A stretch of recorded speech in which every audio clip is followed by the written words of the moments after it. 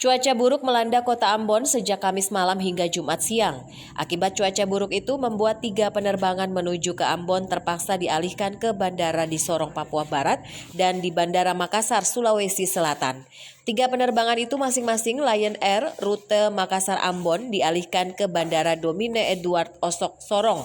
Batik Air rute Bandara Soekarno-Hatta Cengkareng Ambon juga dialihkan ke Bandara Domine Edward Osok Sorong, dan Citylink rute Bandara Suta Cengkareng Ambon dialihkan ke Bandara Sultan Hasanuddin Makassar. Staf Humas PT Angkasa Pura II Bandara Patimura, Viko, yang dihubungi melalui ponselnya menjelaskan, untuk penerbangan Batik Air dan Lion Air telah diberangkatkan dari Bandara Sorong menuju Ambon pada pukul 13.30 waktu Indonesia Timur hari ini. Sedangkan Citylink juga akan diberangkatkan hari ini menuju Ambon menunggu cuaca kembali normal. Christine Sipahelut Kurniawan, TVRI melaporkan.